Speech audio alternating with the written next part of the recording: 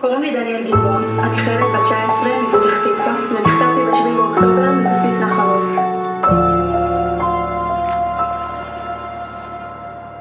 ואני לא שומע כבר ממך יותר כלום, אומר לעצמי הרבה זמן עבר, חדשות לא טובות את עוזבת אותי, ואיש עם מקל אומר תסתכל, זה מה שנשאר, זה מה שנשאר, רק כמה רגעים, הרבה בדמיון, מעט בחיים, זה מה שנשאר, אני מדליק את האור,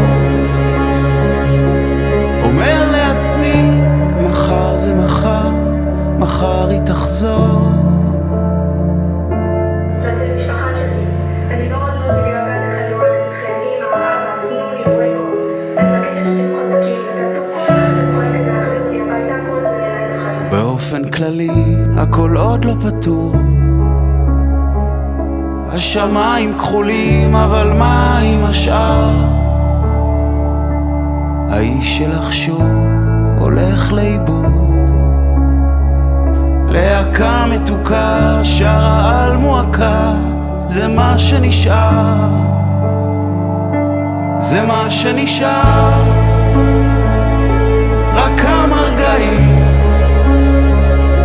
הרבה בדמיון, מעט בחיים,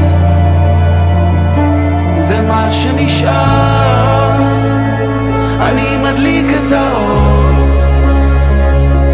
אומר לעצמי מחר זה מחר, מחר היא תחזור, זה מה שנשאר. איפה הייתם ב7 באוקטובר כשנחטפתי מהמיטה שלי? איפה אתם עכשיו? איפה אתם עכשיו? ואני לא רוצה כבר מאף אחד כלום, אולי צפוי פה שינוי, אומר הספר, אני קם ומדליק את מכשיר הטמטום, רואה ערוץ של סרטים, ערוץ של סרטים, זה מה שנשאר,